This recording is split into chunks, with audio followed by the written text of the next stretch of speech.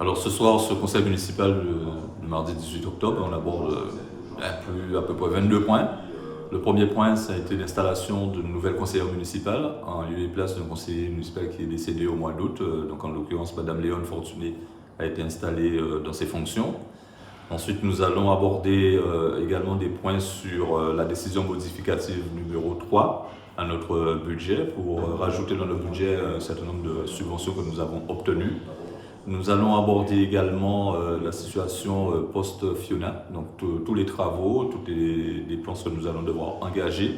Et donc on va faire une situation, un point de situation sur ce qui s'est passé pendant la tempête et puis les conséquences sur le plan humain mais aussi sur le plan financier avec une traduction budgétaire pour la commune de Goyave.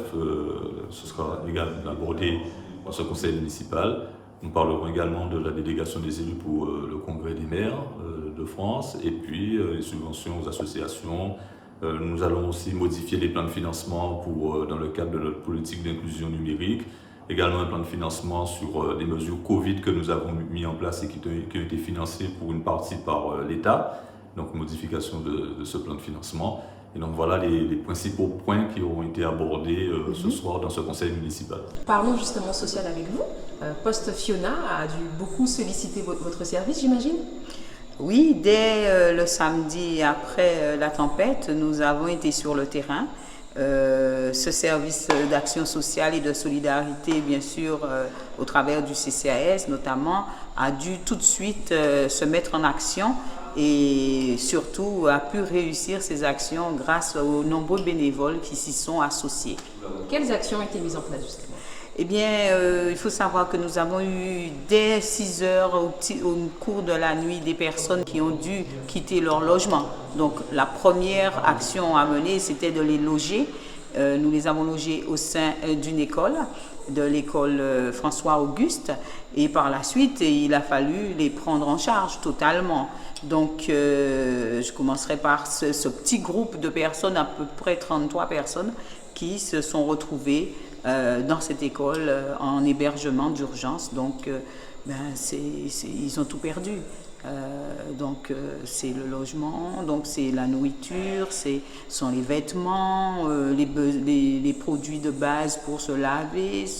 Voilà, donc il a fallu vraiment mettre tout de suite en action un plan d'hébergement d'urgence. Nous avons reçu de très nombreux dons de la part de généreux donateurs, que ce soit au niveau des associations, des particuliers, des entreprises.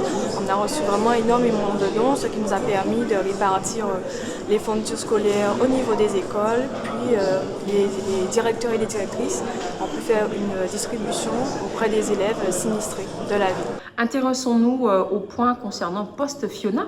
Quelles sont les actions qui vont être mises en œuvre pour la population? Alors des actions directes, puisque nous avons vu d'abord, on a fait de la mise en sécurité des sites, particulièrement et principalement la ZAC de l'Aiguille, et puis d'autres points qui concernent le transport, puisque le pont de Sainte-Claire qui s'est effondré cause bien évidemment une grande perturbation dans le fonctionnement de cette ville.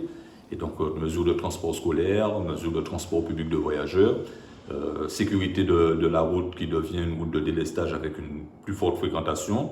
Et puis nous avons aussi estimé le coût des travaux sur les ponts communaux, sur les voiries communales, sur les réseaux, les fluides, l'eau, l'électricité, la fibre optique, tout ça, ça a été passé en revue, chiffré, et nous demandons soit aux opérateurs d'intervenir directement, sur par exemple Orange, soit pour l'eau, c'est le SMGAG ainsi que pour l'assainissement, ou c'est la commune qui doit intervenir, notamment sur l'éclairage public. Donc ça a été passé en revue. Nous avons aussi fait des expertises sur les différents ponts qui existent au niveau de la commune. À peu près 5 ponts ont été expertisés, avec des inquiétudes sur 3 ponts, sur Bois-Sec, sur Bonfils et sur le pont de l'Abandonné, où il y a des risques évidents puisque la rivière a emporté le pont de Sainte-Claire, a beaucoup fragilisé les ponts qui sont situés en amont sur la partie ouest de la ville.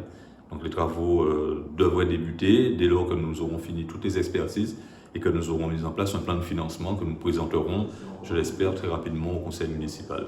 Ensuite aussi, maintenant, nous avons abordé dans le cadre de cette post-tempête Fiona, la situation du logement, c'est-à-dire des gens qui habitent particulièrement dans la ZAC de l'Aiguille, qui sont soit sous du locatif avec les bailleurs sociaux, dont principalement la SEM-SAMAR, la SIG, la SPHLM ou SICOA, soit sont en accession sociale à la propriété, sous des logements d'accession sociale à la propriété, donc sous du plain-pied, rez-de-jardin, soit des gens qui ont acheté des terrains et qui ont construit leur maison. Donc il va falloir, compte tenu de ce changement climatique et compte tenu des conséquences qu'on voit de toute évidence sur les coûts des rivières, penser à les relocaliser ailleurs. Et donc le problème va se poser pour l'acquisition foncière. Deuxièmement, également, donc on aura une mise à disposition de foncier à faire.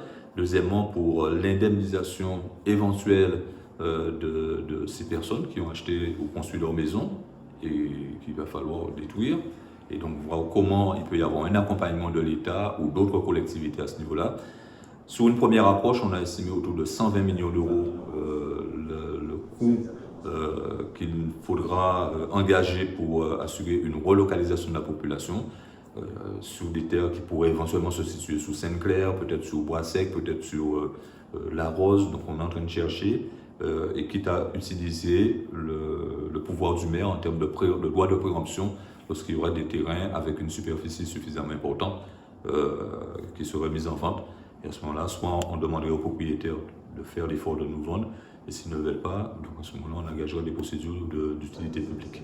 Donc voilà ce travail qui a été fait, et bien sûr, les secours à la personne, les solidarités qui se sont manifestées, en remerciant encore une fois tous ceux qui ont fait des dons pour nos sinistrés, que ce soit des entreprises, des particuliers, des associations, les services du département, de la région, de l'État, tout le monde. Donc de remercier à travers ce point Fiona et parler de l'avenir du territoire, reconstruire sur un plan matériel, reconstruire sur un plan humain et donner de vraies perspectives de développement à une extension du bourg vers d'autres secteurs de la commune de Goyave et abandonner l'idée qu'on puisse vivre dans la ZAC de l'Aiguille.